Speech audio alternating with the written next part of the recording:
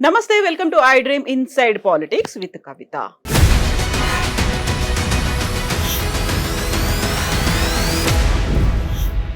తెలంగాణ రాష్ట్రంలో పాలన అంతా పక్కదారి పట్టిందా? కేవలం హైడ్రా అస్త్రం మాత్రమే ముందు కనిపిస్తోందా? బతుకమ్మ చీరలతో పాటుగా పెన్షన్లు, రైతు బంధు, రైతు రుణమాఫీ, దళిత బంధు ఇవన్నీ ఏమైపోయాయి? ప్రతిపక్షాలు చేస్తున్నటువంటి ప్రశ్నలు, ఆరోపణలు ఇవి. మనతో పాటుగా ఉన్నారు TPCC senior spokesperson Umesh Rao garu. Umesh గారు నమస్కారం అండి. సో బోల్డ్ అన్ని క్వశ్చన్స్ అయితే తెలంగాణ రాష్ట్ర ప్రభుత్వానికి సంబంధించి వినిపిస్తున్నాయి, ప్రజల వైపు నుంచి, ప్రతిపక్షాల వైపు నుంచి. ఎందుకని వీటన్నిటిని పక్కదారి పట్టించాలని చేస్తున్నారా? ఎత్తుగడ కావాలనే, లేకపోతే హైడ్రానే ముందుకు తీసుకొచ్చారా? ఇప్పుడు ప్రభుత్వం వచ్చి ఓ 10 నెలల కాలం గడిచింది కాబట్టి తప్పకుండా మీరన్న ప్రశ్నలు ఉత్పన్నం అవుతాయి. డెఫినెట్ మేము వాగ్దానం చేసి ఉన్నాం, ఎన్నికల ప్రణాళికలో పెట్టినాము, కమిట్మెంట్ ప్రజలకు అయినాం కాబట్టి డెఫినెట్లీ ఆ ప్రశ్నలు వస్తాయి అనేటువంటిది ఆ విషయంలో మాకేం సందేహం లేదు. కాకపోతే మేము ఏంటంటే ఇప్పుడు ఇది ఏది పక్కదారి పట్టించాలనే ఉద్దేశం కాదు. ఏది పక్కదారి పట్టించి మేము రెస్పాన్సిబుల్ గవర్నమెంట్ నడుపుతున్నాం కాబట్టి పక్కదారి పట్టియడంలో ప్రయోజనమే ఉండదు. తిరిగి మళ్ళీ మమ్మల్ని ప్రశ్న అడుగుతారు ఎవడైనా. ఏ పథకం అమలు కావాలన్నా, ఏది కావాలన్నా మమ్మల్ని తిరిగి అడగాల్సి ఉంటుంది. కాబట్టి ఒకటి ఇక్కడ సమస్య ఏంటంటే పథకాలు అమలు చేయడానికి ప్రభుత్వం చిత్తశుద్ధి ఉంది, డౌట్ లేదు. కానీ ఇక్కడ ఒక సమస్య ఏంటంటే ఆర్థికపరమైన అంశాలతో ముడిపడినది కాబట్టి పథకాలు అమలు చేయడంలో ఇబ్బందికరంగా కొంత తయారైన మాట వాస్తవం. డెఫినెట్లీ రాష్ట్ర ఆర్థిక పరిస్థితి ఓవర్కమ్ చేసిన అది ఏ విధంగా అధిగమించి ఏదైనా నిధుల సమీకరణ చేసుకునైనా మేము సంక్షేమ పథకాలను డెఫినెట్గా అమలు చేయక తప్పదు. మేము కొన్ని 6 గ్యారంటీలో కూడా ఇచ్చినటువంటి హామీలు కూడా 4-5 చేసినాం ఇప్పటికీ ఆల్రెడీ. అవి సక్సెస్ఫుల్గా ఇంప్లిమెంట్ అవుతూ ఉన్నాయి. మిగతా వాటిని కూడా టైం తీసుకొని ఈ నిధుల సమీకరణ చేసుకున్న తర్వాత ప్రతి ఒక్కటి ఇంప్లిమెంట్ చేయడానికి ప్రజలకు ఇచ్చిన కమిట్మెంట్ ప్రకారం డెఫినెట్లీ గవర్నమెంట్ ఇంప్లిమెంట్ చేస్తున్న ఆలోచన ఉన్నది. ఈ హైడ్రా కానీ ఏది కూడా దీన్ని పక్కదారి పట్టించాలని ఆలోచన లేదు. ఎందుకంటే ఇప్పుడు దీన్ని హైడ్రాను ఒక అస్త్రంగా మలుచుకుందని ఒక భూతంగా చూపెట్టి ప్రతిపక్షాలు ప్రభుత్వాన్ని బదనాం చేయాలని ఆలోచన. అంటే ప్రతి ప్రభుత్వానికి ఒక ప్రయారిటీ ఉంటుందండి. వాళ్ళకి టీఆర్ఎస్ పార్టీ వాళ్ళ ప్రభుత్వం ఉన్నప్పుడు వాళ్ళు కొన్ని ప్రాజెక్టులు కట్టారు. అంటే అంతకుముందు మేము ప్రాజెక్టు కట్టలేదు కాదు, చాలా పెద్ద ఈ రాష్ట్రంలో పెద్ద ప్రాజెక్టులు కాంగ్రెస్. కాకపోతే తెలంగాణ రాష్ట్రం వచ్చిన తర్వాత ప్రయారిటీస్ అనే వాళ్ళ ప్రయారిటీస్ వాళ్ళు ఇచ్చుకున్నారు. మాకు కూడా ఒక ప్రయారిటీ ఉంటుంది కదా. హైదరాబాద్ అనేది ఒక పెద్ద గొప్ప నగరం, దేశంలోనే గొప్ప నగరం, ప్రపంచ విశ్వవ్యాప్తంగా దీనికి ఒక పేరు వస్తుంది. దీన్ని కూడా కొంత మేము మా పరంగా కూడా మేము కొంత చేయాలి. దీనికి డెఫినెట్ అనేకమైన ఇప్పుడు చూడండి, ఒక వర్షం పడితే హైదరాబాద్ సిటీలో మీ అందరూ తెలుసు ఏ విధంగా రోడ్ల మీకు వాటర్ వస్తున్నాయి, గోదావరి ప్రవాహం అవుతుంది. ఎందుకంటే ఆ ట్రాఫిక్ క్లియరెన్స్ చేయడానికి కూడా కొన్ని గంటలు పడతా ఉంది. అంటే ఇది అన్ని చెరువులు కబ్జా కావడం వల్ల, నాలాల మీద ఇవన్నీ నిర్మాణాలు జరగడం వల్ల ఇది దారుణమైనటువంటి పరిస్థితి ఉన్నది అనే ఆలోచనతో దీన్ని ఒక ప్రయారిటీగా తీసుకున్నాం. అయితే దీన్ని ప్రయారిటీ కింద తీసుకున్నారేమో కానీ చెరువులు లేకపోతే వీటన్నిటిని కడుతున్న వాటిని కూల్చేయడాలు, అక్కడ అక్రమ నిర్మాణాలను మీరు కూలుస్తున్నప్పటికి కూడా మేము కన్స్ట్రక్షన్స్ మీద ఫోకస్ పెట్టాము, మీరు డిమాలిషన్స్ మీద ఫోకస్ పెట్టారని పిఆర్ఎస్ ప్రధానంగా ఆరోపిస్తోంది. ఎట్ ద సేమ్ టైం ఈ కూల్చివేతలు వీటన్నిటి వల్ల రియల్ ఎస్టేట్ అనేది పక్కదారి పట్టింది, సైడ్ లైన్ అయిపోయింది అనేది వినిపించింది కదా. ఒక పెద్ద కార్యక్రమం తీసుకున్నప్పుడు దానికి లక్ష్యం చేరుకోవాలన్నప్పుడు కొన్ని నష్టాలు జరుగుతాయండి. తప్పకుండా జరుగుతాయి నష్టాలు. మేము నిర్మాణం చేస్తే వాళ్ళు గులగొడుతున్న మాట తప్పదు. వాళ్ళు నిర్మాణం చేసింది లేదు, మేము గులగొట్టింది లేదు. అక్రమ కట్టడాల మీద పంజాబ్ విసురుతున్న మాట వాస్తవం. కేవలం అక్రమ కట్టడాల మీదనే ఆ రకంగా పర్మిషన్ లేనటువంటి వాటికి మేము చెప్పినాం కూడా. కొన్ని పర్మిషన్లు ఉన్నాయి కూడా, మరి మీకు వేరే వేళ ప్రత్యామ్నాయ ఏర్పాటు చేస్తాం, దానివల్ల మీరు ఖాళీ చేసిపోవాలని కూడా చెప్తున్నాం. ప్రభుత్వం ఒక ప్రాజెక్టు పెట్టినప్పుడు మీరు ఖాళీ చేయించలేదా? మీరు కూడా డెఫినెట్లీ మల్లన్న సాగర్ కట్టినప్పుడు, ఇప్పుడు కొన్ని నీటిపారుదల ప్రాజెక్టు కట్టినప్పుడు డెఫినెట్లీ ఎవరో ఒకటి త్యాగం చేయవలసి వస్తుంది. దీని ఒక బ్యూటిఫికేషన్ చేస్తున్న క్రమంలో దానికి అడ్డంకిగా ఉన్నటువంటి రివర్ బెడ్లో కట్టుకున్నటువంటి వాటిని వాళ్ళని మీరు వెళ్ళిపోండి, మీ ఇంకో చాలా మేము ప్లేస్ ఇస్తామని చెప్పడంలో ప్రభుత్వం తప్పెట్లా అవుతుంది? అది అయితే ప్రభుత్వం తప్పెట్లా అవుతుంది అనుకున్నప్పుడు కూడా అందులో కొన్ని ఎగ్జంప్షన్స్ ఉన్నాయి. మన వాళ్ళు వీళ్ళు మన వాళ్ళు కాదు అనేది. ఆ తర్వాత ఎవరైతే డబ్బున్న వాళ్ళు ఉన్నారో వాళ్ళని కొంచెం నోటీసులు ఇచ్చి బెదిరించినట్టు చేస్తున్నారు, మీరు వాళ్ళని లొంగ తీసుకుంటున్నారు, బ్లాక్మెయిల్ రాజకీయాలు ఇక్కడ కూడా జరుగుతున్నాయి అనే మాట. అదొక అలిగేషన్ మేడం, దానిలో వాస్తవాలు ఉన్నాయి. ఎందుకంటే తను చెప్పడానికి ఏదైనా చెప్పొచ్చు, పెద్దవాళ్ళని వదిలిపెట్టేసి పేదవాళ్ళ మీద పడ్డారని. అంటే పెద్దవాళ్ళ మీద కూడా పడ్డారు. ఎందువల్ల 2-3 కనిపిస్తున్నారు, అంతకు మించి పెద్దగా కనిపించారు. ఎందుకంటే ఇప్పుడు కొన్ని FTL కట్టినాయి, బఫర్ జోన్లలో కట్టినాయి కూడా కొన్ని పెద్దవాళ్ళు ఏమి లేవట్లేము. దాని మీద కూడా మన రంగనాథ్ గారు కూడా క్లారిటీ ఇచ్చారు, చెప్పారు. వారు రంగనాథ్ గారు కూడా చెప్పారు. డెఫినెట్ అందరూ నోటీస్ సర్వే అయినాయి, దాని మీద ఒక విధాన నిర్ణయం తీసుకుంటాం. ఇది ఒక చట్టబద్ధత పూర్తి స్థాయిలో వచ్చిన తర్వాత ఇమీడియట్ గా వాటిని కూడా డెమాలిష్ చేస్తాం. ఎంత టైం తీసుకుంటారు? ఆల్రెడీ 2 నెలలు గడిచిపోయాయి. అక్కడ ఏడుపులు కన్నీళ్లు అనేవి ఏడుపులు కనిపిస్తున్నాయి. కన్నీళ్ళు ఒకటైతే వాళ్ళు అంటే చాలా రోజుల సంది ఉన్నట్టు అక్కడ ఆ ప్రాంతంలో నివాసం ఉన్నటువంటి వాళ్ళకి సెంటిమెంట్ ఉంటుంది. డెఫినెట్లీ ప్రాంతం పట్ల సెంటిమెంట్ ఉంటుంది. కాబట్టి దానికి తగ్గట్టుగా రిహాబిలిటేషన్ చేస్తామని ప్రభుత్వం చెప్తా ఉంది కదా. ప్రభుత్వం ఊరికనే వీళ్ళని రోడ్డు మీద వేయాలని ఆలోచన ప్రభుత్వానికి లేదు. వాళ్ళకు స్థాయికి తగ్గట్టుగా ఎవరోకి వాళ్ళ పిల్లల విద్యాపరమైనటువంటి అంశాలు నేను వాళ్ళు ఒక నిజ వాస్తవమే. దాని మీద కూడా కార్యాచరణ తయారవుతుంది. అందరికి నచ్చ చెప్పి అందరిని కన్విన్స్ చేసి అందరినీ ఎవిక్షన్ చేస్తున్నటువంటి ఉద్దేశం ప్రభుత్వానికి ఉంది. కానీ దాన్ని సరే ప్రతిపక్షాలు డెఫినెట్ ఎట్లాగూ అడ్వాంటేజ్ తీసుకొని ప్రయత్నిస్తుంటారు, చిల్వెలు పలువలు చేస్తారు. అది వాళ్ళు కట్టినప్పుడు కూడా జరిగింది. ప్రతిపక్షాలు అందరూ కూడా వాళ్ళు ప్రాజెక్టు కట్టినప్పుడు కూడా జరిగింది కదా. ప్రతిపక్షాలు అప్పుడు వచ్చి అడ్డం కాకుంటే ఫస్ట్ వాళ్ళ కన్సెంట్ అనేది తీసుకుంటారు. అక్కడ భూ నిర్వాసితులు ఉంటారు కాబట్టి వాళ్ళకి మళ్ళీ ఎక్కడ రీలొకేట్ చేయాలి అనేది ఇవన్నీ ఉంటాయి. ఇప్పుడు మాత్రం హైడ్రాని తీసుకెళ్లారు, బుల్డోజర్లను తీసుకెళ్లారు, అక్కడ కూల్ చేస్తున్నారు తప్ప వాళ్ళని ఎక్కడ రీలొకేట్ చేస్తారు అనేది మాత్రం ఆలోచించట్లేదు అనేది చెప్పారు మేడం. రీలొకేట్ అది చాలా లేట్ అయింది. ఆ ప్రక్రియ అనేది ఆలస్యంగా ప్రారంభమైంది. ఇప్పుడు రీలొకేట్ చేస్తారు. రీలొకేట్ చేయకుండా వాళ్ళు నచ్చ చెప్తున్నారు ముందు వాళ్ళకు. అది బుల్డోజర్లు తీసుకెళ్ళినా అక్రమ కట్టడాల మీద దాని మీద అక్కడ ఉంటున్నారు కదా. ఇప్పుడు ఒకటేంటంటే ఇక ఉంటున్నట్టు ఏదో ఒకటి ఒక గోల్ సాధించాలనుకున్నప్పుడు ఈ హైదరాబాద్ నగరాన్ని, ఈ రాజధాని నగరాన్ని అద్భుతంగా ప్రపంచ పట్టణంలో నిలిపాలనుకున్నప్పుడు కొన్ని మనం చేయక తప్పదు. కొన్ని కఠిన చర్యలు ఉంటాయి, కొంతమంది ఓర్చుకోవాల్సి వస్తుంది. దానిలో కాదని అంటలేం. అయితే ఈ అక్రమ కట్టడాల మీద బుల్డోజర్ పోయింది, నేను కాదంటలేను. మిగతా వాళ్ళు కూడా కన్విన్స్ చేస్తుంది, నచ్చ చెప్పే ప్రయత్నం చేస్తుంది ప్రభుత్వం. ఊరికైనా తీసి బజార్లో పడేయడం ప్రభుత్వ ఉద్దేశం అసలే కాదు. దాన్ని ప్రతిపక్షాలు ప్రచారం చేసినంత ఈజీగా ఉండదు. ప్రభుత్వం ఇది రెస్పాన్సిబుల్ గవర్నమెంట్ అండి. ఏదైనా వేరే దేశ ప్రభుత్వం ఇది ఇక్కడ ప్రజలు ఎన్నుకున్న ప్రభుత్వమే కదా. ఈ ప్రభుత్వానికి బాధ్యత లేదని ఎందుకు అనుకుంటున్నారు? తప్పకుండా బాధ్యత ఉంది. బాధ్యత ప్రకారమే మేము వాళ్ళకు కన్విన్స్ చేసి వాళ్ళను కన్వీనియంట్ ప్లేస్లో రీలొకేట్ చేసిన తర్వాతనే ఈ కార్యక్రమం తీసుకుంటామనేది ప్రభుత్వం అధికారులు ప్రత్యేక చెప్తా ఉన్నారు కదా. అక్కడ ఉన్నటువంటి ప్రజలని కన్విన్స్ చేసే ప్రయత్నం జరుగుతుందేమో. కానీ ఇప్పుడు బీఆర్ఎస్ పార్టీ నుంచి కాంగ్రెస్ పార్టీలకు వచ్చినటువంటి లీడర్లు పర్టికులర్ గా దానం నాగేందర్ కన్విన్స్ అవునుంటున్నాడు. పేదలని ఇలా మీరు ఏడుపుకి కారణం అవుతున్నారు అనే మాట అన్నాడు. నేను అడ్డంగా ఉంటాను, అలా కూల్ చేయొద్దు అనే మాట దానం నాగేందర్ చెప్పడాన్ని ఎట్లా చూస్తారు మీరు? దానం నాగేందర్ లోకల్ ఎమ్మెల్యే అండి. ఆయన ఎందుకు ఏ సందర్భంలో ఎట్లా మాట్లాడతారో దానికి పెద్ద మాకు సంబంధం లేదు. ఆయన టీఆర్ఎస్ లో గెలిచి వచ్చిన ఎమ్మెల్యే. ఆయన మీ పార్టీకి పార్టీకి రావచ్చు, నేను రావద్దని అంటలేము, కాదంటలేము.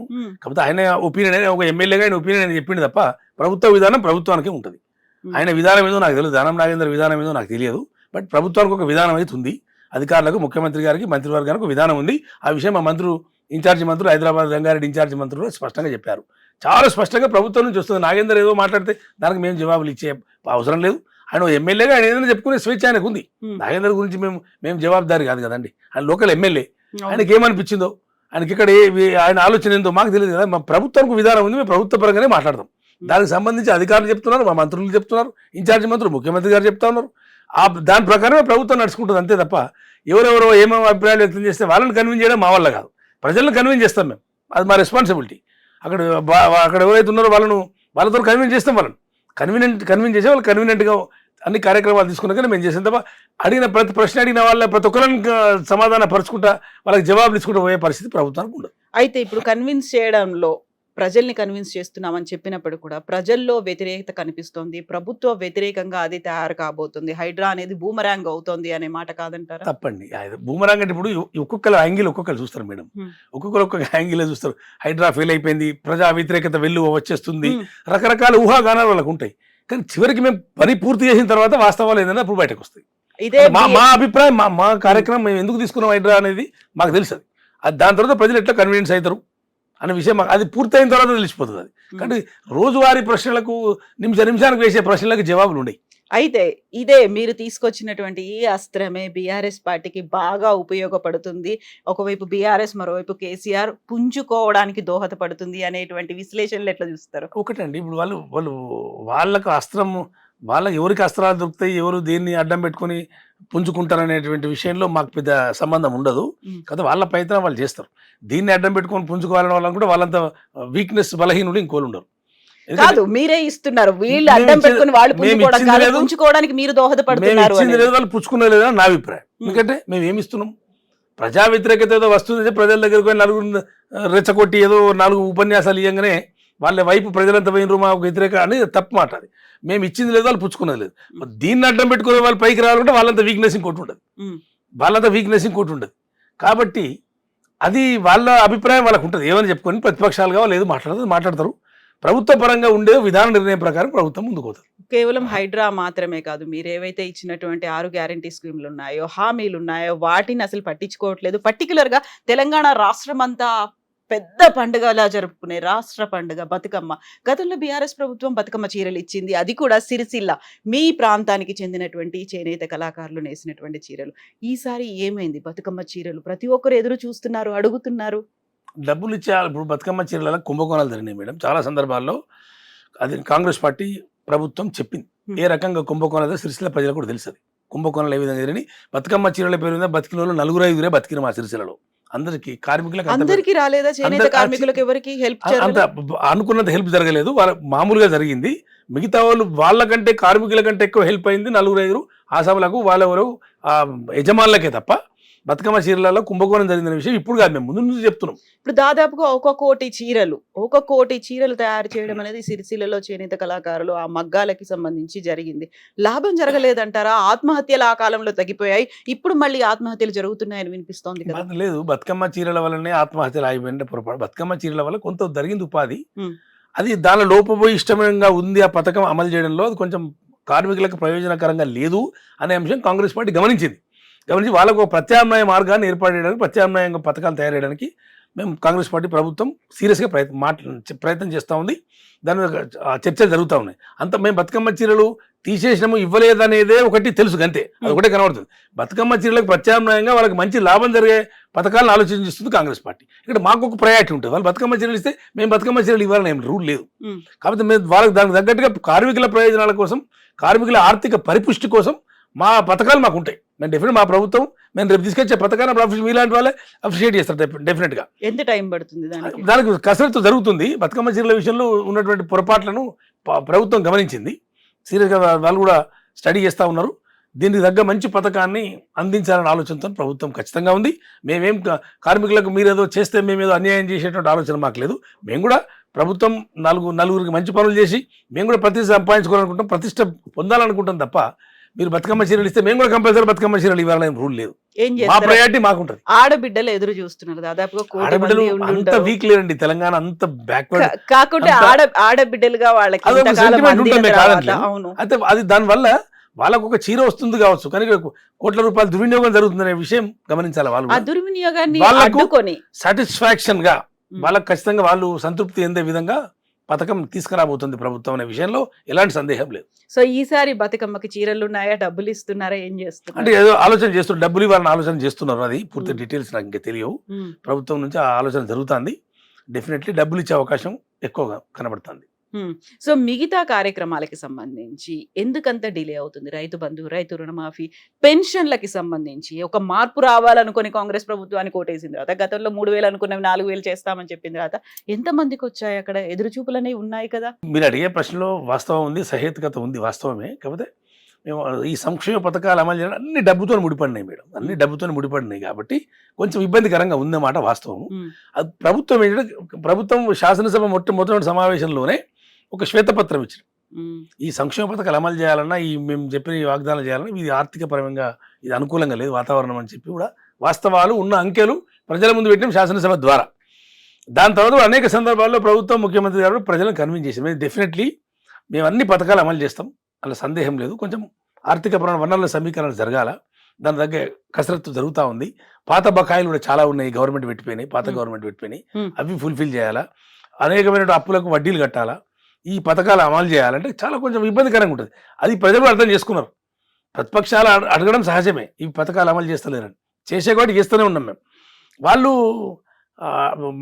ప్రభుత్వం మీద ఎట్లా డెఫినెట్ అడుగుతారు. మేము దానికి ఒక వెసులుబాటు చూసుకొని డెఫినెట్గా అన్ని పథకాలు 1 by 1 మేము చేయాలన్న ఆలోచనతోనే ప్రభుత్వం ఉంది.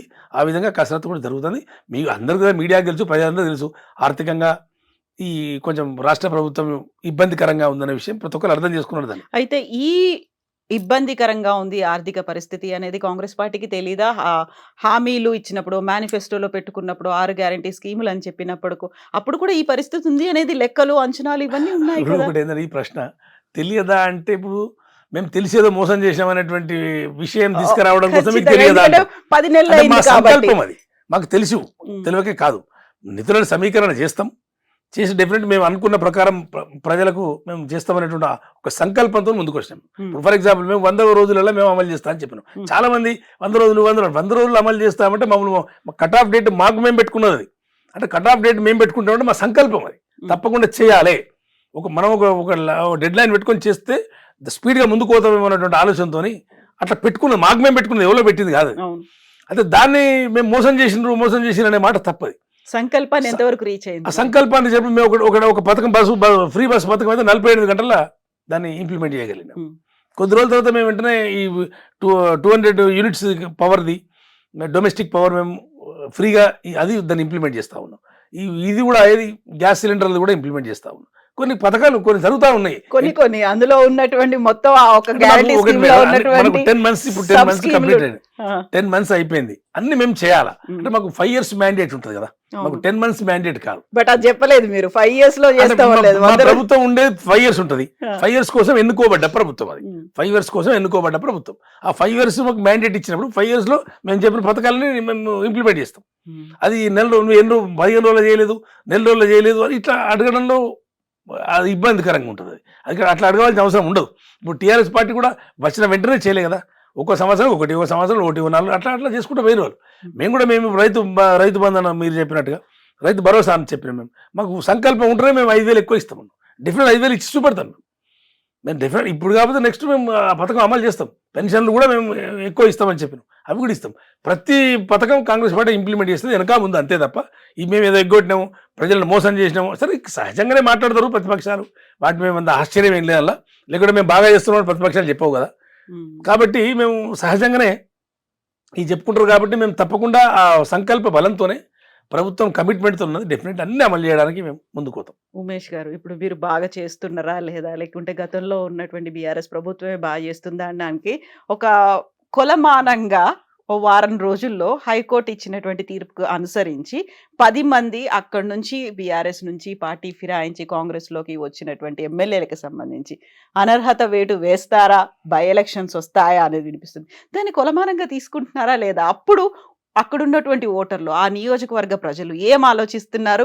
కాంగ్రెస్ వైపు ఉంటారా, బీఆర్ఎస్ వైపు ఉంటారా తేలిపోతుంది కదా. అది ఇప్పుడు ఈ ఫిరాయించిన ఎమ్మెల్యేలు వాళ్ళు ఏదో అది వ్యక్తిగతం వాళ్ళు వాస్తవంగా ఫిరాయించమని చెప్పి మేము కాంగ్రెస్ పార్టీ చెప్పాలి. గేట్లు ఎత్తింది మీరు కదా మరి. ఒకటి వాళ్ళు వస్తామన్నప్పుడు, మా ప్రభుత్వాన్ని కూలదోస్తామన్నప్పుడు వాళ్ళు చేసినటువంటి కామెంట్స్ కదా. మాకు కంఫర్టబుల్ మెజార్టీ వచ్చింది, 64 మెజార్టీ వచ్చేసి కంఫర్టబుల్గా. తర్వాత బై ఎలక్షన్లో ఇంకోటి గెలిచినాం. ఓకే, కంఫర్టబుల్ మెజార్టీ ఒక డెమోక్రటిక్ గవర్నమెంట్ ఫామ్ అయిన తర్వాత వాళ్ళు గెలిచినటువంటి ఎమ్మెల్యేలు, ఆ మంత్రులు, వాళ్ళు ఎవరో పాత ఎమ్మెల్యేలంతా, మాజీ మంత్రులంతా ఈ ప్రభుత్వం 15 రోజులు ఉండదు, ఈ ప్రభుత్వం 2 నెలలు ఉండదు, నెల ఉండదు అనేటువంటి ఒక బెదిరింపులు ఎప్పుడైతే చేసినారు, దానివల్ల కొంత మేము ముందుకు పోవాల్సి వచ్చింది. వాస్తవానికి మేము గేట్లు ఎత్తి పెట్టవలసి వచ్చింది. దానికి అట్రాక్ట్ అయిన వాళ్ళు కొంతమంది వచ్చారు. అయితే మేము బలవంతంగా గుంజుకొచ్చుకోలేదు కదా వాళ్ళను. వచ్చే వాళ్ళు ఆలోచించుకోవాలి. వాళ్ళు వచ్చేసారు, మా పార్టీలో ఉన్నారు. ఇప్పుడు వాళ్ళు లేదంటే మేము ఉన్నారు. గాంధీ కూడా ఉన్నాడు కదా. ఉన్నారు, అందరు ఉన్నారు. గాంధీ ఎందుకు లేడు? గాంధీ జాయిన్ అయ్యాడు కదా. గాంధీ ఎందుకు లేడు? గాంధీ లేడని కాకుండా నేను లేను పిఎస్సి చైర్మన్, అందుకే ఇండ్రు అనేది వాదన. టెక్నికల్ గా టీఆర్ఎస్ క్యాండిడేట్ కాబట్టి నాకు ఇచ్చిర్రు. ఆయన నామినేషన్ చేసిండు అసెంబ్లీలో, సరే ఆయనకి ఇచ్చిర్రు. టెక్నికల్ గా టీఆర్ఎస్ క్యాండిడేట్ కదా. కాంగ్రెస్ చేరినా టెక్నికల్ టీఆర్ఎస్ క్యాండిడేటే కాబట్టి గాంధీకి ఇచ్చిర్రు, అయింది. ఓకే, ఇప్పుడు ఇవన్నీ ఎందుకు మనం ఇన్ని ప్రశ్నలు వాళ్ళు వచ్చినప్పుడు ఇట్లే ఉంటుంది పరిస్థితి, అంతే జరుగుతుంది. ఇప్పుడు చట్టాలు ఉన్నాయి. ఇప్పుడు డిస్క్వాలిఫికేషన్ సంబంధించి హైకోర్టులో కేసు కూడా డిస్మిస్ కాలేదు. అది డిస్పోజ్ అయింది. డెఫినెట్గా మరి స్పీకర్ గారి చేతిలో ఉంది. అది స్పీకర్ గారు ఏం నిర్ణయం తీసుకుంటారు అనేది కోర్టు ఎదురు చూస్తుంది. ఇప్పుడు మా చేతిలో ఎవరి చేతిలో ఏం లేదు. ఇప్పుడు గవర్నమెంట్ చేతిలో కానీ కాంగ్రెస్ పార్టీ చేతిలో ఎవరి చేతిలో ఏం లేదు. స్పీకర్ గారి కోర్టు, హైకోర్టు వాటిలో ఒకవేళ ఈ చట్టాలు కనుక కఠినంగా ఉంటే డెఫినెట్ గా వీళ్ళు డిస్క్వాలిఫై అవుతారు. ఆ 10 చోట్ల ఉప ఎన్నికలు వస్తాయి. దానికి మేము ఆపేది లేదు. మేము రావు అంటే కూడా ఒకరు వస్తే కాంగ్రెస్ పార్టీ సంబంధించింది ఏమి ఉండదు కదా. కాంగ్రెస్ పార్టీ చేతిలో ఏమి ఉండదు. వస్తే వస్తుండొచ్చు, రావడం ఏమిటంటే ఇప్పుడు ప్రజలే నిర్ణయం తీసుకుంటారు. ఎటువైపు ఉన్నారని మీరు అనుకుంటున్నారు? మీరు ఇంతసేపు చెప్పిన లెక్కలన్నీ వాళ్ళు ఫాలో అవుతున్నారా? పాపం వాళ్ళ దగ్గర డబ్బులు లేవంట, ఇంప్లిమెంట్ చేయడానికి టైం పడుతుందట, ఇవన్నీ ఆలోచిస్తారు అనుకుంటున్నారా మీరు? అయితే ఒకటి, ఇంకా 4 సంవత్సరాలు మేమే ప్రభుత్వంలో ఉంటాం కాబట్టి ప్రజలు అప్పుడు మా వైపు ఉండే అవకాశం ఉంటుంది. ఇక్కడ మేము చేసేది మేమే కదా. టీఆర్ఎస్ పార్టీలో ప్రతిపక్షాలను గెలిపిస్తే వచ్చే ప్రయోజనం ఏమి ఉండదు కదా. ఒక అధికార పార్టీ ఎమ్మెల్యేని గెలిపించుకుంటే మేమైతే డెవలప్మెంట్ చేస్తాం. ఎంతో కొంత డెవలప్మెంట్ జరుగుతుంది డెఫినెట్లీ. ప్రతి టీఆర్ఎస్లను గెలిపించుకుంటే వాళ్ళకి గవర్నమెంట్ వచ్చేది కాదు కదా. ఇప్పుడు ఆ 10 మంది గెలిపించుకున్న గవర్నమెంట్ వాళ్ళదేం రాదు. దానివల్ల వాళ్ళని ఓట్లేసి ప్రయోజనం 4 సంవత్సరాలు ఈ అధికార పార్టీ ఎమ్మెల్యే ఓటేసుకుంటున్నా మేము మాకు అవకాశం ఉంటుంది. ఏదన్నా డెవలప్మెంట్ జరుగుతున్న ఆలోచనతో ప్రజలు ఎందుకు ఆలోచించారని మీరు అనుకుంటున్నారు? కాకుంటే ఆ ప్రజలు ఆ వైపు కూడా ఆలోచిస్తారు కదా. 10 మంది కాంగ్రెస్ కావాలనుకుని కాంగ్రెస్ వైపు వచ్చారు. ఇక్కడేమో అనర్హత వేటు వేశారు. మళ్ళీ వాళ్ళని ఆ 10 మందిని ఆ బీఆర్ఎస్ పార్టీ వాళ్ళే గెలుచుకున్నారనుకోండి. మీ దగ్గరకు వచ్చినటువంటి ఎమ్మెల్యేలను మీరు గెలిపించుకోలేకపోతే అక్కడ ప్రజల్లో వ్యతిరేకత ఉంది, ప్రభుత్వ వ్యతిరేకత ఉంది అనేటువంటి భావన ఉండదా అక్కడ? లేదండి, ఇప్పుడు టీఆర్ఎస్ పార్టీ ఎమ్మెల్యేలు గెలిచే ప్రసక్తి లేదు. ఎందుకంటే నేను ఇప్పుడు ఇందాక చెప్పిన ఇట్లా అందరూ ఈ కోణంలో ఆలోచిస్తున్నారు. ప్రజలు అభివృద్ధి కోణంలో ప్రజలు ఆలోచిస్తారు. ప్రభుత్వంతో ఉందామనుకుంటే ఇప్పుడు మొన్న ఏమైంది కంటోన్మెంట్ బై ఎలక్షన్లో హైదరాబాద్ మొత్తం స్వీప్ అవుట్ చేసింది, కాంగ్రెస్ ఎక్కడ గెలవలే. మా ప్రభుత్వం వచ్చిన తర్వాత ఒక బై ఎలక్షన్ జరిగింది కంటోన్మెంట్లో.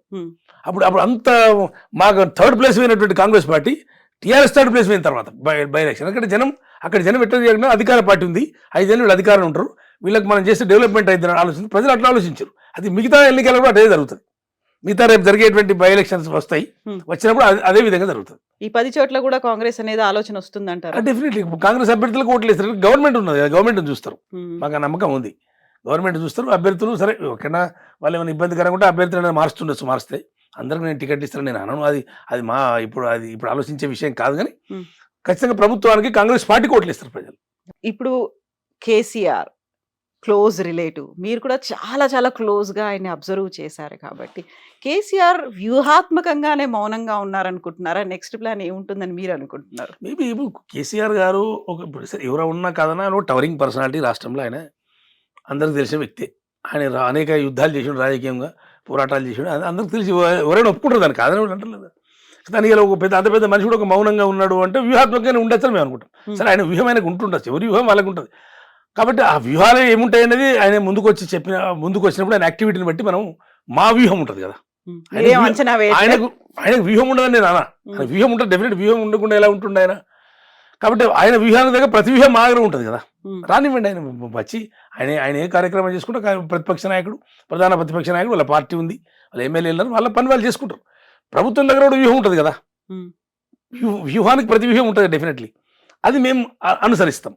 అయితే మీరు ఎంత వ్యూహం వేసినప్పటికి కూడా అక్కడ సీఎం రేవంత్ రెడ్డికి ఆపోజిట్గా బోల్డ్ అన్ని డిఫరెంట్ గ్రూప్స్ వర్క్ చేస్తున్నాయి. అవన్నీ కూడా మోస్ట్ పవర్ఫుల్ గ్రూప్స్. వాళ్ళందరూ కూడా ఇప్పుడు క్యాబినెట్లో ఉన్నారు. వాళ్ళందరూ కాంగ్రెస్ పార్టీకి చెందినటువంటి సీనియర్ లీడర్లు అనేది వినిపిస్తోంది. ఒంటరిని చేసే ప్రయత్నం ఏమైనా జరుగుతుందా రేవంత్ రెడ్డి? అట్లా ఏముండదండి. ఇప్పుడు ఒకటి అల్టిమేట్లీ నేషనల్ పార్టీ ఇది. డిఫరెన్స్ ఆఫ్ ఒపీనియన్ ఉంటుంది, డిఫరెన్స్ ఆఫ్ గ్రూప్స్ ఉంటాయి, ఉండేది అనట్లేదు. కాంగ్రెస్ పార్టీ ఇది కొత్తగా ఏం కాదు. ఎవరి అభిప్రాయాలు వాళ్ళకుంటే అందరూ ఎదిగిన నాయకత్వమే కదా. ఇప్పుడు రేవంత్ రెడ్డి గారు ముఖ్యమంత్రిగా ఉన్నారు అంటే ఆ ముఖ్యమంత్రి స్థాయిలో కూడా మంత్రులు ఉన్నారు చాలా మంది. వాళ్ళు కూడా ఎదిగిన వాళ్ళే, నాయకత్వం ఎదిగిన నాయకత్వమే, వాళ్ళేమో ఇది కాదు కదా. కాబట్టి ఆ స్థాయిలో ఉన్నప్పుడు అందరికీ డిఫరెన్స్ ఆఫ్ ఒపీనియన్ కామన్గా ఉంటుంది జనరల్గా. ప్రభుత్వం నడిపేటప్పుడు అంతా యూనైట్గా నడుపుతూ ఉన్నారు. ప్రభుత్వం తెచ్చుకునే సందర్భంలో అందరూ ఒకటి అయినారు. ప్రభుత్వం చెప్పి యూనైట్గా ప్రభుత్వం నడుపుతాం. ఒపీనియన్స్ డిఫరెంట్ ఉంటుండొచ్చు, కానీ దీనికి పెద్ద మనిషి అక్కడ ఢిల్లీలో ఉంటారు. హైకమాండ్ అనేది ఒకటి ఉంటుంది. హైకమాండ్ చెప్పినట్టే అందరినీ నాల్చి వస్తుంది. కాబట్టి హైకమాండ్ ఇచ్చినటువంటి గైడ్ లైన్స్ ప్రకారమే అందరూ ఫాలో అవుతారు. అదే స్టేబుల్గా మా గవర్నమెంట్ అదే పద్ధతిలో నడుస్తుంది. అంతే తప్ప రకరకాల ఒపీనియన్స్ ఉంటాయండి. దానికి మేము ఉండే గ్రూపులు కూడా ఉంటాయి. నేను ఉండేని ఎప్పుడు చెప్పాలి. అన్ని ఉన్న ఇంపాక్ట్ పడదు. మా ప్రభుత్వం స్టేబుల్గా నడుస్తుంది గవర్నమెంట్ అనేది. ఎందుకంటే మాకు హైకమాండ్ ఉన్నది. మాకు రాహుల్ గాంధీ గారు, ఖర్గే గారు ఉన్నారు, సోనియా గాంధీ గారు, వీళ్ళందరూ నాయకత్వం, వీళ్ళు గైడెన్స్ ప్రకారం పార్టీ ముందుకు నడుస్తుంది, గవర్నమెంట్ కూడా అదే పద్ధతి అవుతుంది. కాబట్టి మాకు ఇబ్బంది ఏం రాదు. ఉండదు, ఎన్ని గ్రూపులు ఉంటాయి, ఎన్ని గ్రూపులు ఉంటే అంత ఉత్సాహంగా పనిచేస్తారు. ఇంకా గ్రూపులు ఉంటేనే బెటర్, గ్రూపులు లేకపోతే కూడా కరెక్ట్ కాదు. గ్రూపులు ఉండాల్సిందే. కాంగ్రెస్ పార్టీ కొత్త కూడా ఏం కాదు గ్రూపులు. ఇప్పుడు ఇవ్వలనే తయారైతున్న గ్రూపులు రేవంత్ రెడ్డి గారికి వ్యతిరేకంగానో రేవంత్ రెడ్డి గారికి అనుకూలంగానో అనేటువంటిది కాదు. గ్రూపులు కాంగ్రెస్ పార్టీ ఎప్పుడు ఉన్నాయి. అధికారం లేనప్పుడు కూడా గ్రూప్ ఉంటుంది కాంగ్రెస్లో. అందుకే కాంగ్రెస్ పార్టీ సస్టైన్ అవుతుంది ఇన్ని సంవత్సరాలు. ఇలా చాలా మందికి అర్థం కాని విషయం ఏంటంటే కాంగ్రెస్ పార్టీ ఇప్పుడు ఎక్కువ అంతర్గత ప్రజాస్వామ్యం, ఇంటర్నల్ డెమోక్రసీ ఎక్కువ ఉంటుంది, బాగా గ్రూపులు ఉంటాయి అనేటువంటి చాలా మంది మాట్లాడుతూ ఉంటారు. అది ఉండడం వల్లనే కాంగ్రెస్ పార్టీ 135 సంవత్సరాలు ఈ దేశంలో ఉండగలిగింది. చాలా పార్టీలు మధ్య మధ్యలో వచ్చి అంతర్ధానం అయిపోయినాయి. కానీ కాంగ్రెస్ పార్టీ ఎందుకు అంతర్ధానం కాలేదు? కాంగ్రెస్ పార్టీ ఇది ఒక మంచి అభిప్రాయాలు వెల్లడిసే వేదిక. ఇది చాలా మందికి ఒక వేదిక లాగా ఉంటుంది Congress party. Difference of groups సమాజంలో అన్ని వర్గాలకు ఒక వేదిక ఇది కాంగ్రెస్ పార్టీ. ఎవరికి వాళ్ళందరూ స్వేచ్ఛగత అభిప్రాయాలు వెల్లడి చేసేటువంటి ఒక వేదిక ఇది. కాబట్టి అందుకే ఈ పార్టీ ఈ ఒక డెమోక్రటిక్ పద్ధతిలో ఉన్న ఇంటర్నల్ డెమోక్రసీ ఎక్కువ ఉంటుంది కాబట్టి ఆ పార్టీ ఎక్కువ సస్టైన్ అవుతుంది. అయితే ఏది నియంతృత్వంగా పనిచేసేటువంటి పార్టీ చాలా మధ్య మధ్య అంతర్ధానమైనవి. ఇన్ని అంతర్గతమైనటువంటి గ్రూపులు ఇవన్నీ ఉండడం వల్లే ఇప్పుడు కర్ణాటకలో ఒక అనిశ్చితి అనేది ఏర్పడింది అనేది సిద్ధరామయ్య ఉండకపోవచ్చు అనే మాట నర్మగర్భంగా ఇండైరెక్ట్ గా ఖర్గే కూడా చెప్పారు అనేది. అలాంటి పరిస్థితి తెలంగాణలో నెక్స్ట్ రాబోతోంది అనేది, ఫస్ట్ కర్ణాటక తర్వాత తెలంగాణ అనేది వినిపిస్తున్నటువంటి విశ్లేషణలు ఎట్లా చూస్తారు? తెలంగాణలో అంత పరిస్థితి ఎక్కడ ఉంది మేడం? కర్ణాటకలో ఉందా? కర్ణాటకలో ఉందంటే ఒకటి ఆరోపణ వచ్చింది, అది దాని మీద కూడా విచారణ హైకోర్టు కూడా ఏదో వాళ్ళు కూడా విచారించవచ్చు, గవర్నర్ గారే. అది ఏం జరుగుతుందో చూడాలి ముందు. వాళ్ళు విచారణ అనేది పూర్తి నిజ నిర్ధారణ కాలే కదా, అయినప్పుడు ఏమైనా హైకమాండ్ చర్య తీసుకుంటుంది కావచ్చు, నేను కాదంటలేను. కాకపోతే తెలంగాణలో ఆ పరిస్థితి లేదు కదా. తెలంగాణలో ఇప్పుడు స్టేబుల్గా గవర్నమెంట్ ఉంది, బ్రహ్మాండంగా నడుస్తూ ఉంది.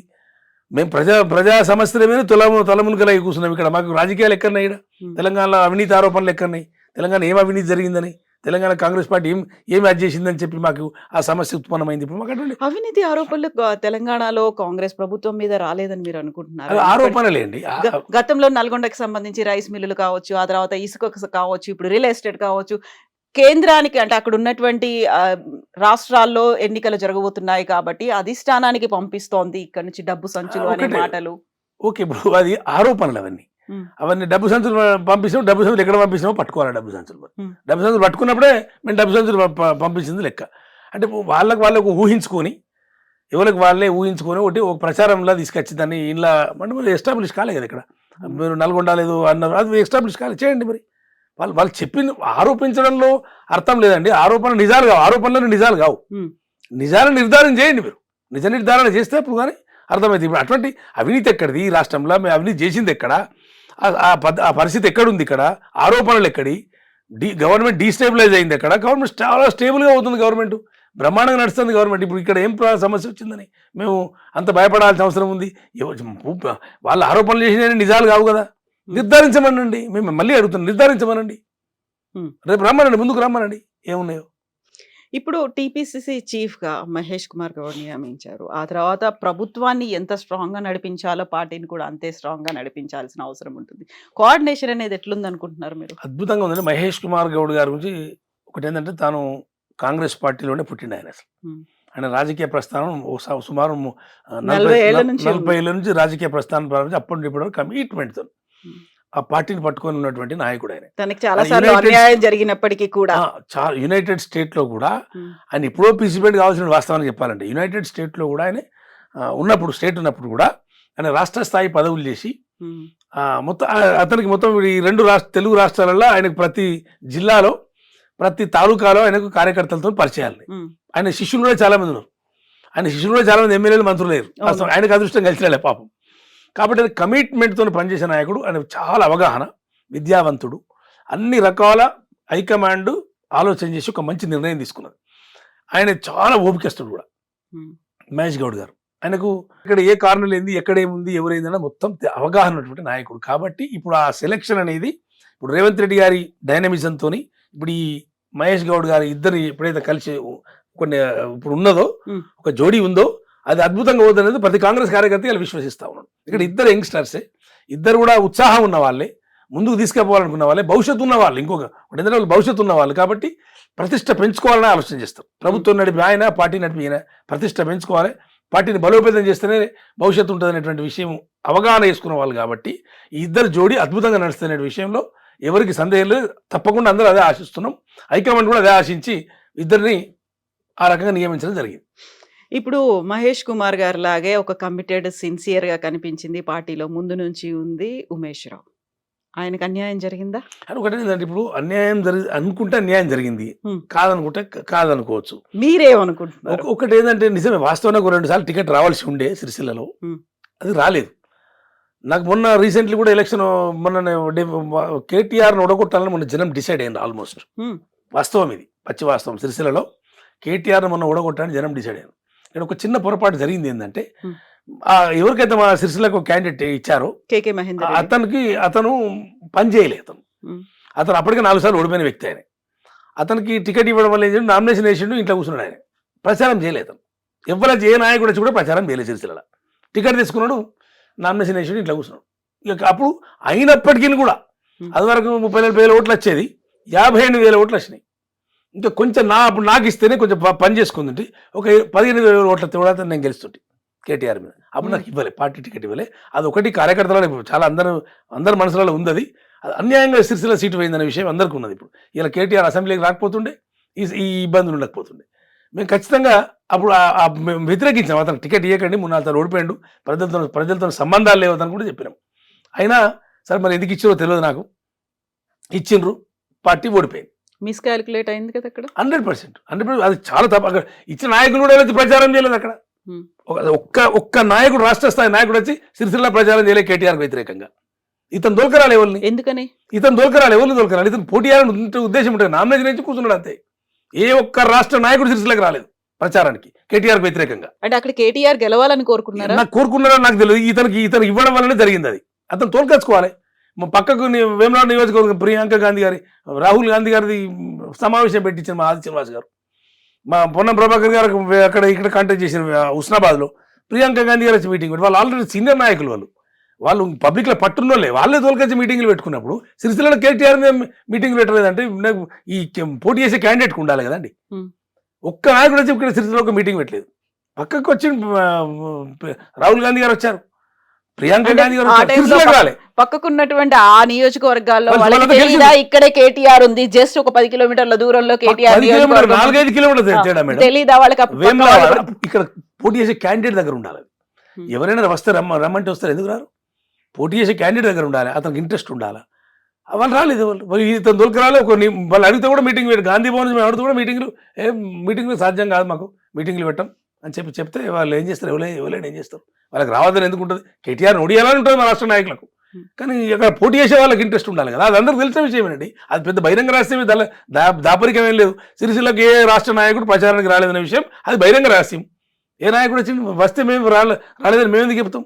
అక్కడ పొరపాటుకి ఇక్కడ జరిగిన అభ్యర్థి పొరపాటు వల్లనే కేటీఆర్ గెలిచాడు. ఇక్కడ కేటీఆర్ ఓడగొట్టాలని డిసైడ్ అయిన జనం. ఎందుకు ఆయన్ని ఓడగొట్టాలి? కాంగ్రెస్ ఐరోగెన్సీ 10 సంవత్సరాలు, అప్పటికి 15 సంవత్సరాల ఎమ్మెల్యేగా ఉన్నాడు ఆయన. 5 సంవత్సరాలు ఎమ్మెల్యేగా, 10 ఏళ్ళు మంత్రిగా. అతని అనుచరులు, అతని ఆరోగెన్సీ, అతని అనుచరులు వాళ్ళు చేసిన అరాచకాలు, ఆర్థిక అరాచకాలు, కుంభకోణాలు, అనేకమైనటువంటి ఇబ్బందులు ప్రజలు గమనించి ఈసారి ఇతను బుద్ధి చెప్పి బయటకు పంపాలని జనం డిసైడ్ అయినరు. అది మేము గమనించలేను. నేను గమనించి టికెట్ కోసం బాగా కొట్లానే కూడా నేను. అయినా కానీ పార్టీ అక్కడ ఆ వ్యక్తికి ఇచ్చే వరకు అతను ఫెయిల్ అయిపోయాడు, ఇతను ఎమ్మెల్యే అయిపోయాడు. అయితే పార్టీయే కోరుకుందా అక్కడ కేటీఆర్ గెలవాలి అనేది? పార్టీ కోరుకునేనా? పార్టీ ఎప్పుడు ఎందుకు కోరుకోదు మేడం? పార్టీ కోరుకునే అవకాశమే లేదు. నమ్మి టికెట్ ఇచ్చారు, అతను ఖరాబ్ చేసిండు అనే విషయం అందరికి తెలిసేది కాదు. దానిలో ఎవరికి ఇబ్బంది లేదు, ఎవరు కూడా దానికి మళ్ళీ వేరే రెండో మాటే లేదు. అతను కేవలం అతని వీక్నెస్, అతని అసమర్థత వల్లనే పార్టీ ఓడిపోయింది. ప్రజలు పార్టీ వైపు ఉన్నారు, కాంగ్రెస్ వైపు ఉన్నారు, స్పష్టంగా తెలుసు మాకు. అది నెక్స్ట్ ఉమేష్ రావు గారిని ఎట్లా చూడొచ్చు మరి? మేము అక్కడైతే ఎమ్మెల్యే కాలేకపోయినరు కాబట్టి నెక్స్ట్ ఏదో రోజు మేము అక్కడ ఎమ్మెల్యే కాక తప్పదండి. డిఫరెంట్ ఎమ్మెల్యే అయితే కాకపోతే సమస్య లేదు. ఏదైనా సిరిసిల్ల మీద సిరిసిల్ల మా పుట్టిన ఊరు, మేము అక్కడ పెరిగినాము, మా ఊరు అది డిఫరెంట్. మేము అక్కడ ఎమ్మెల్యే అయితే అక్కడే కావాలి, మేము ఇంకెక్కడైతాం? సిరిసిల్ల వదిలేదు లేదు, సిరిసిల్ల ప్రజలను వదిలేదు లేదు, కాంగ్రెస్ పార్టీని వదిలేదు లేదు. అన్నీ మేము సిరిసిల్లలోనే సిరిసిల్ల ఎమ్మెల్యే అయి తీరుతాం అక్కడ. అది దానికి సమయం పడుతుండొచ్చు, ఇవాళ కాకపోతే రేపు అవుతుండొచ్చు, కానీ మేము కమిట్మెంట్తో ఉన్నాం, డెఫినెట్లీ ఆ పట్టుదలతో ఉన్నాం. కేటీఆర్ కూడా అదే కమిట్మెంట్, అదే పట్టుదలతో ఉన్నారు. గతంలో మంత్రిగా కూడా చేసి అదే నియోజకవర్గాన్ని ప్రాతినిధ్యం వహించిన తర్వాత 2 సార్లు మంత్రి అయిన తర్వాత ఆయన కూడా అదే పట్టుదల ఉంటుంది. ఆయన కూడా పట్టుదల ఉండదు. మొన్ననే అతను ఓడగొట్టాలనుకో, నెక్స్ట్ టైం ఖచ్చితంగా ఓడగొడతారు డెఫినెట్గా. మొన్న ఓడిపోయి ఇప్పుడు ఈ టర్మ్ కంప్లీట్ చేసి 20 years ఆయన 20 years 4 terms అన్న 20 years 5 times గెలిచిండు. 5 times గెలిచిండు, నేను కాదంటలేదు. 5 times గెలిచిండు. 5 times గెలిచిన సందర్భంలో ఇప్పుడు ఏ అభ్యర్థి అయితే పోటీ చేసిండో, ఏ అభ్యర్థి అయితే ఇప్పుడు మొన్న పోటీ చేసిండో, ఆ అభ్యర్థితో 4 సార్లు గెలిచిండు. 4 సార్లు ఒకే అభ్యర్థి గెలిచిండు ఇతను. కేటీఆర్ గెలిచింది 5 సార్లు అయితే 4 సార్లు ఇదే అభ్యర్థి మీద గెలిచిండు. కాబట్టి అదే అభ్యర్థిని తీసుకెళ్ళి మన సీట్ ఇవ్వడం వల్ల పరిస్థితి చేయి దాటిపోయింది. రేపు అభ్యర్థి మారుతుంది. ఈ అభ్యర్థి ఉండే అవకాశం, రేపు అభ్యర్థి మారుతాం. రేపు డెఫినెట్లీ కేటీఆర్ ఓడిపోక తప్పదు. కేవలం కాంగ్రెస్ పార్టీ తప్పిదం కూడా కాదు అది, ఈ అభ్యర్థి తప్పే. నమ్మి టికెట్ ఇస్తే పార్టీ ఖరాబ్ అయింది అక్కడ, అంతకు మించి వేరే లేదు. అది నేను ఇక్కడ కాదు, ఎప్పుడు 100 సార్లు చెప్పిన ఇప్పటికి నేను మళ్ళీ ఇంకా 100 సార్లు కూడా చెప్తా అదే మాట. అది కూడా అది పచ్చి వాస్తవమైన మాట కాబట్టి, అది కార్యకర్తల ఉద్దేశం కాబట్టి, అటు ప్రజలు కార్యకర్తలు కాంగ్రెస్ పార్టీ జెండా మోసినటువంటి వాళ్ళందరి అభిప్రాయం అదే. ఈ అభ్యర్థే మనం పార్టీని ఓడగొట్టిండు అనేది ఇట్స్ వెరీ క్లియర్. సో ఈ 5 ఏళ్ల పాలన చూసిన తర్వాత అప్పటిదాకా సీఎం రేవంత్ రెడ్డి కంటిన్యూ అవుతారా కారు అనేవి ఇవన్నీ ఎందుకు వినిపిస్తున్నాయి? అది ఊహాజనిత ప్రశ్నలండి. రేవంత్ రెడ్డి గారు ముఖ్యమంత్రిగా ఉన్నారు, ప్రజలు ఎన్నుకున్నారు, ఎమ్మెల్యేలు ఎన్నుకున్నారు, హైకమాండ్ ఎన్నుకున్నారు, అందరి సమ్మతితోనే ఆయన ముఖ్యమంత్రి కొనసాగుతా ఉన్నారు. 5 సంవత్సరాలు ముఖ్యమంత్రిగా ఉంటారా ఉండరా అనేటువంటి ప్రశ్న కాదు, ఊహాజనితమైన ప్రశ్న. దానికి జవాబు ఎవరిస్తారు చెప్పండి? ఎందుకు ఉండరు? గవర్నమెంట్ స్టేబుల్ నడుస్తూనే ఉంది. ఆయన 5 సంవత్సరాలు ఉండకపోవడానికి కారణం ఏంది? ఎందుకు ఉండాలని అనుకుంటున్నారో అది చెప్పాలి. ఇంటర్నల్ గా ఇష్యూస్, ఇంటర్నల్ ఇష్యూస్ ఏం లేవు మేడం. అంత పదవులు తీసేసేంత, గవర్నమెంట్లు మార్చేంత ఇంటర్నల్ ఇష్యూస్ ఏమి ఉంటాయి? ఇష్యూస్ ఉన్నప్పుడు చర్చించుకుంటారు, దానిలో ఏముంది? హైకమాండ్ ఉంది కదా, చర్చించుకుంటారు. దానికి ప్రభుత్వాలు మారిపోతాయి, ముఖ్యమంత్రి మారిపోతారు అనేటువంటి కాంగ్రెస్ పార్టీ ముఖ్యమంత్రిని మార్చే పరిస్థితి లేదు. ఎక్కడో ముఖ్యమంత్రిని మార్చడం లేదు కాంగ్రెస్ పార్టీ. గత 20 సంవత్సరాల నుంచి చూడండి మీరు. లాస్ట్ టైం సిద్ధరామయ్య గారు 5 ఏళ్ళు ఉన్నారు. ఎందుకు మార్చే అవసరం ఏముంటుంది? ఏమమ్మా తప్పులుంటే సరిదిద్దుకుంటారు, మంచి చెడు సరిదిద్దుకుంటారు తప్ప మార్చుకుంటూ పోయే అవసరం కాంగ్రెస్ పార్టీకి లేదు. ఎస్ ఉమేష్ గారు, థ్యాంక్ యూ సో మచ్ అండి. మళ్ళీ మనం మాట్లాడుకుందాం. బోల్డ్ అనే విషయాలు అయితే ఉన్నాయి, డెవలప్మెంట్స్ కూడా ఉంటాయి కాబట్టి ఈ వారం రోజుల్లోనే అనర్హత వేటు పడుతుందా? నెక్స్ట్ ఏం జరుగుతుంది? ఉప ఎన్నికలు వస్తాయి, అప్పుడు మళ్ళీ స్ట్రాటజీస్ గురించి మాట్లాడుకోవాలి. నాకున్న అవగాహన మేరకైతే నేను కూడా కొంతమంది సీనియర్ న్యాయవాదులను అడిగిన, నేను న్యాయవాదిని కాదు, కానీ ఖచ్చితంగా వెయిట్ పడుతుందని చెప్తా ఉన్నారు. సో ఉప ఎన్నికల గ్యారెంటీ, ఉప ఎన్నికలు అయితే గ్యారెంటీ అని చెప్తా ఉన్నారు. ఇక్కడ మొన్న వచ్చినటువంటి ఆ తీర్పులు ఏవైతే ఉన్నాయో, 2023లో వచ్చిన తీర్పు కానీ, అంతకుముందు వచ్చిన తీర్పు కానీ, ఇప్పుడు స్పీకర్ చేతిలో లేదు. అసలు వాస్తవానికి ఏంటంటే స్పీకర్ చేతిలో అప్పుడు ఉండే, మేము ఆ కాలంలో ఉండే, ఎందుకంటే కేసీఆర్ లాస్ట్ టైం తీసుకున్నటువంటి సందర్భంలో ఉండే. కానీ దాని తర్వాత వచ్చిన తీర్పుల మేరకు స్పీకర్ గారి చేతిలో ఏం లేదు. నాకు కూడా మొన్న అర్థమైంది ఏంటంటే కేసు డిస్మిస్ చేయలేము. మన కేసు ఎవరు జడ్జి గారు తిరిగి మళ్ళీ ఇది మీరు ఇవ్వకపోతే మళ్ళీ రీఓపెన్ చేసి మేమే సుమోటోగా తీసుకుంటాం అన్నప్పుడే నాకు చట్టం యొక్క ఎంత పదునెక్కింది చట్టం అని నేను అప్పుడే అనుకున్నా. కాబట్టి దానివల్ల కొంచెం నాకున్న అభిప్రాయం అయితే డిస్క్వాలిఫై అవుతారని నేను అనుకుంటా ఉన్నా. మళ్ళీ ఉప ఎన్నికలు రాబోతున్నాయి. ఉప ఎన్నికలు వస్తే కాంగ్రెస్ పార్టీకి అద్భుతమైనటువంటి పెర్ఫార్మెన్స్ చేస్తుంది. మాకు ఉప ఎన్నికలు వచ్చినా దేనికి వచ్చినా కాంగ్రెస్ పార్టీ రెడీ ఉన్నది. అది రావద్దు రావాలి అనేది మా చేతిలో లేదు, కాంగ్రెస్ పార్టీ చేతిలో ఉన్నది కాదు, అది ప్రభుత్వం చేతిలో ఉన్నది కాదు, అది కోర్టులు న్యాయస్థానాలకు సంబంధించిన అంశం అది. కాబట్టి ఉప ఎన్నికలు వస్తే మేము మాత్రం రెడీ ఉన్నాం. 10 వాళ్ళ దగ్గర నుంచి మీ దగ్గరకు వచ్చాయి కాబట్టి 10కి 10 వాళ్ళు గెలుచుకుంటారా, లేకుంటే మీ దగ్గరకు వచ్చాయి కాబట్టి అది మీకు ప్రెస్టీజ్ ఇష్యూ అవుతుందా? మాకు ప్రెస్టీజ్ ఇష్యూ ఏం కాదండి. మేము డెఫినెట్ మా ప్రభుత్వం ఉన్నది కాబట్టి మేము చేసే తప్పేం లేదు, కాంగ్రెస్ పార్టీ చేసే తప్పేం లేదు. ఇక్కడ డెఫినెట్ మేము ఇంకా 4 సంవత్సరాలు అధికారంలో ఉంటాము. ఖచ్చితంగా మాకే ప్రజలు పట్టం కట్టే అవకాశం ఉంది. 10కి 10 మేమే గెలుస్తాం. ఇక్కడ బీజేపీగా ఇక్కడ ఛాన్సే లేదు, నో ఛాన్స్. టీఆర్ఎస్ ఇప్పుడు గెలిపించినా ప్రభుత్వం రాదు. బీజేపీ 7-8 మంది ఎమ్మెల్యేలు పార్టీ అది. టీఆర్ఎస్ పార్టీ ఈ 10 మంది గెలిపించినా గవర్నమెంట్లోకి వచ్చేది కాదు. మరి ఈ 4 సంవత్సరాలు డెఫినెట్లీ మమ్మల్ని గెలిపించాలని అనుకుంటారు కదా ప్రజలు కూడా. మమ్మల్ని గెలిపిస్తే అభివృద్ధి జరుగుతుంది కదా. కాబట్టి ఎవరైనా ప్రభుత్వం వైపు, అభివృద్ధి వైపు, ఎగ్జాంపుల్ ఇచ్చాను కదా, నేను కంటోన్మెంట్ ఎగ్జాంపుల్ ఇచ్చిన కదా. కాబట్టి అదే జరుగుతుంది. కంటోన్మెంట్ వాళ్ళు ఎందుకు గెలిపించారు ప్రజలు?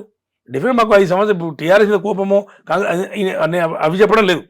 ఖచ్చితంగా 5 సంవత్సరాలు అయితే మాకు ఒక కాంగ్రెస్ రూలింగ్ పార్టీ ఎమ్మెల్యే ఉంటే మాకు అభివృద్ధి జరుగుతుందని ఆలోచనతో చేసేది. ప్రజల ఆలోచన కూడా మార్పు వచ్చింది. ఇప్పుడు ఏది పడుతుంది, ఎవరు పడుతుంది, వాళ్ళు ఏది పడుతుంది చెప్తే నమ్మడానికి ప్రజలు కూడా సిద్ధంగా లేరు. ఇక్కడ అభివృద్ధితో కలిసి నడవాలి, మమేకమై పోవాలనేటువంటి ఆలోచన కూడా ప్రజలు ఉన్నారు. ఇప్పుడు ప్రజలు అభివృద్ధి వైపు ఆలోచన చేస్తున్నారు, ప్రజల కోణంలో మేము ఆలోచన చేస్తాం. కాబట్టి డెఫినెట్ మాకే ఫలితాలు అనుకూలంగా ఉంటాయనేది ఖచ్చితమైనటువంటి విషయం. Thank you so much Umesh garu. Best wishes to you. మళ్ళీ మాట్లాడుకుందాం మనం. థ్యాంక్ యూ అండి. Thank you.